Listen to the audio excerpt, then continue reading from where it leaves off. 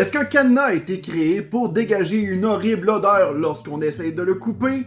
Mytho-réalité. Êtes-vous tanné de vous faire voler votre vélo en ville? Eh bien, optez pour le cadenas qui sent la décomposition de cadavres lorsqu'on essaye de le forcer. Ok, mais si c'est vrai, y a pas un risque que l'odeur risque d'être imprégnée sur ton vélo après? L'air frais! Eh bien, l'invention est vraie et elle a été créée par Aiko Leroux, une jeune entrepreneur qui, à la base, était une photographe pour la presse sportive. J'espère qu'au moins ces photos piquaient moins les yeux. Le prototype se nomme Cactus et ça lui a pris 2 ans en développement et recherche pour créer le cadenas. Et pour les intéressés, le produit est déjà en précommande au coût de 180 €. Ça devrait sortir cet été. Assurez-vous juste de pas vous faire voler votre vélo dans une ville qui sent encore plus la charogne, par exemple, là? Parce que sinon, ça va peut-être servir à rien. Là. Est-ce que des concept art de Avengers, Doomsday et Secret Wars ont fuité sur le web? Mytho-réalité. Ce mois-ci, des petites images ont fuité sur le web, dévoilant quelques petites surprises des futurs films de Avengers. Oh non, White Vision qui est assis sur un divan avec Star-Lord, la surprise est gâchée. Mais il y a quelques jours, les frères Russo, qui sont à la réalisation de Doomsday et de Secret Wars, ont finalement mentionné en entrevue: ce ne sont pas nos concept art, alors n'ayez crainte, rien n'a été divulgaché. Normalement, je me serais contenté de cette réponse, mais on parle quand même de Marvel, hein? Ces gens qui ont tenté de camoufler le leak d'Andrew Garfield dans No Way Home. J'en viens donc avec 3 hypothèses. 1. C'est un vrai concept art, puis ils essayent de sauver les meubles en faisant semblant que ça leur concerne pas. Ah, ça me dérange pas. 2. Ils ont tellement fait de concept art comme dans Infinity War et Endgame pour éviter ce genre de fuite que ceux qui se sont retrouvés sur le web, c'est finalement ceux qui ont même pas été sélectionnés. Ça me dérange pas plus. Ou 3. C'est vraiment pas leur concept art puis un petit plaisantin qui essaye de monter nos attentes pour rien. Là. Ça vient de quelqu'un d'autre, fait que c'est pour ça que ça me dérange pas. J'ai pas la réponse pour l'instant, mais toi, qu'est-ce que t'en penses? Je veux ta théorie dans les commentaires. Pour le fun. Puis aussi pour l'algorithme.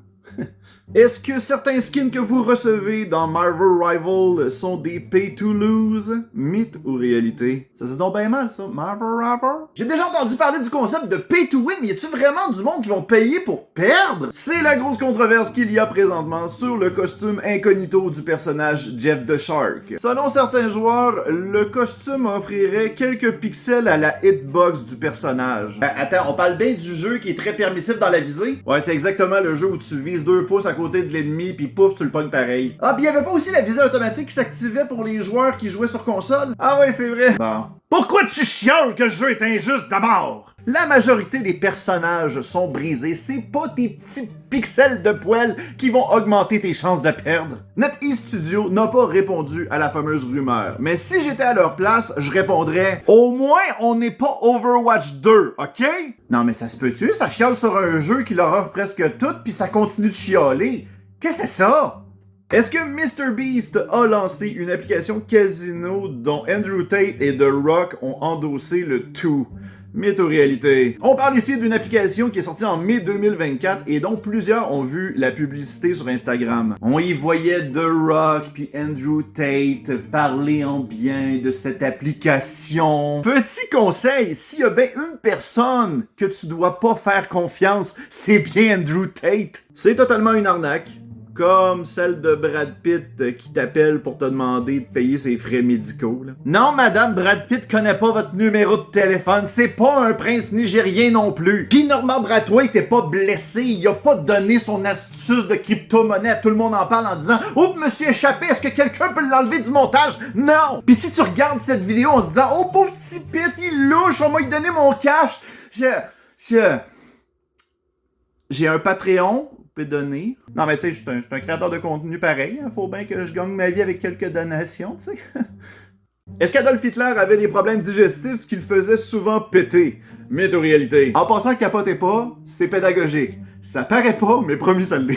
C'est une rumeur qui a fait son chemin sur Reddit, mentionnant que le petit monsieur moustachu, il pétait souvent. Ah, ça expliquerait son demi-dab. Eh bien, sa condition est vraie, même que ses notes médicales ont été publiées en 2009. Depuis son enfance, il avait des coliques abdominales, ce qui faisait alterner entre la diarrhée et la constipation. Ah, c'est pour ça qu'il était irrité, le petit colon. Je veux dire, c'est pour ça qu'il avait le colon irritable. Et il était même rendu hypochondriaque au point de traîner son médecin partout. Et selon les notes, on y aurait prescrit des gouttes de coca pour se mettre dans les yeux et dans le nez. Bon, c'est pas du Coca-Cola pour vrai, là, c'est que là, la vidéo est censurée à cause de l'algorithme. J'espère que vous savez lire entre les lignes. De con! Et il avait des injections de méthamphétamine. Et tout ça parce qu'il avait une phobie de mourir jeune. Je veux pas vous écœurer, mais il y a eu du monde qui l'ont eu bien plus rough que vous pendant la Deuxième Guerre mondiale, Monsieur Adolphe. Partie 2 de... Est-ce que des concept art de Avengers, Doomsday et Secret Wars ont fuité sur le web?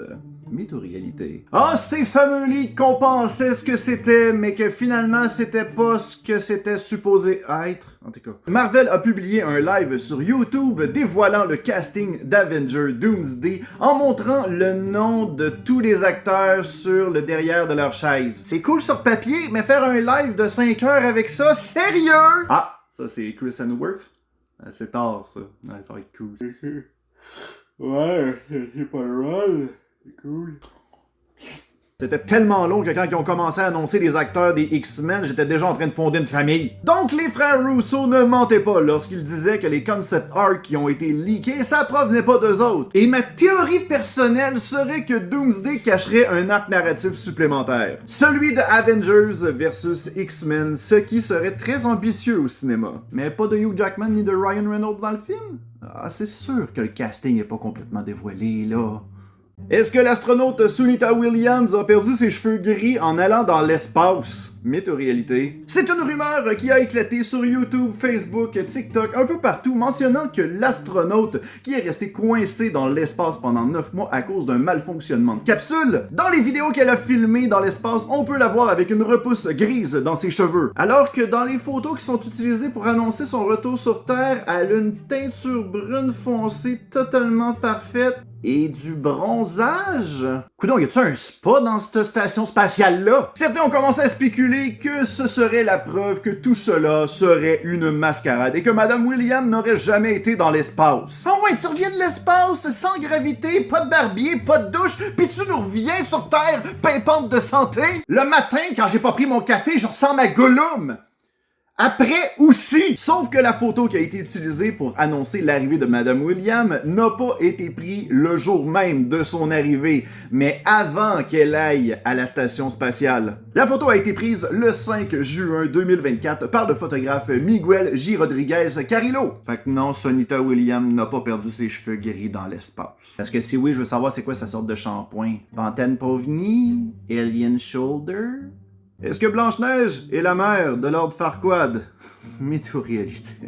Gros meme qui a traversé les internets à la sortie du film de Blanche-Neige au cinéma. Le meme spécule que Blanche-Neige serait la mère de Lord Farquaad du film Shrek, simplement parce que Lord Farquaad serait petit et porterait la même ceinture que Grincheux, ce qui spéculerait que celui-ci serait son père. Sérieux, il devait avoir une attitude de marde au lit. Non, ça me tente pas de faire des cunis. Mais est-ce que cette théorie fait du sens? Ben, en sachant qu'il y a une scène où Lord Farquaad demande au miroir magique de lui suggérer des princesses à marier et que le miroir lui aurait suggéré sa mère.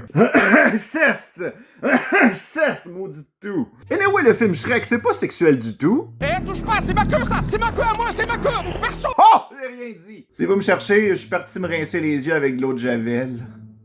Est-ce que le film Blanche-Neige a la pire note sur IMDb? Mythe ou réalité? Bon, j'imagine que vous avez vu un tas de critiques sur l'œuvre. Le film s'est fait ramasser pour un tas de raisons. D'ailleurs, il a battu le record de Dragon Ball Evolution, qui avait la note sur IMDb de 2.5 sur 10. Ça, c'est vrai. Mais est-ce que la note de 1.6 sur 10 fait en sorte que c'est le pire film du site? Eh ben non. Il y a 7 films qui battent le film de Blanche-Neige au moment où j'enregistre cette chronique. Là-dedans, on y retrouve Les Petits Génies 2 à 1.5 sur 10. Spread the love.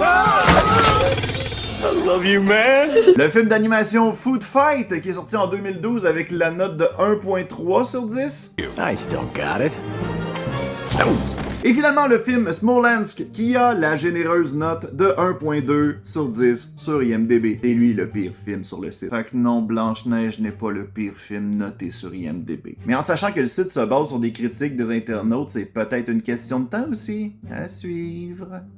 Est-ce que Sesame Street a déjà parodié Donald Trump? Mythe ou réalité? Aujourd'hui, on apprend la lettre P comme parodie. Je sais que l'émission utilisait souvent la culture populaire pour inspirer des parodies dans leurs sketchs éducatifs, mais c'était souvent pour enseigner les chiffres, les lettres ou des leçons de vie aux enfants. Alors en quoi parodier Donald Trump est éducatif ces temps-ci? La rumeur est vraie et le personnage se nommait Ronald Grump. Par contre, la parodie a été faite dans les années 80 alors que la personnalité n'était qu'un magnat de l'immobilier à New York. Donc il n'y avait rien de politique, c'était simplement des parodies d'immobilier. Comme la Grump Tower, qui était un paquet de poubelles empilées l'une par-dessus l'autre. This is Grump Tower. Mais à la fin de l'épisode, les habitants de Sesame Street renvoient Ronald Grump, ce qui le fait quitter la ville. Ah, et il y a aussi eu une parodie de The Apprentice, mais c'est toujours pas politique. Et il y a aussi Joe Pesci qui l'a déjà parodié.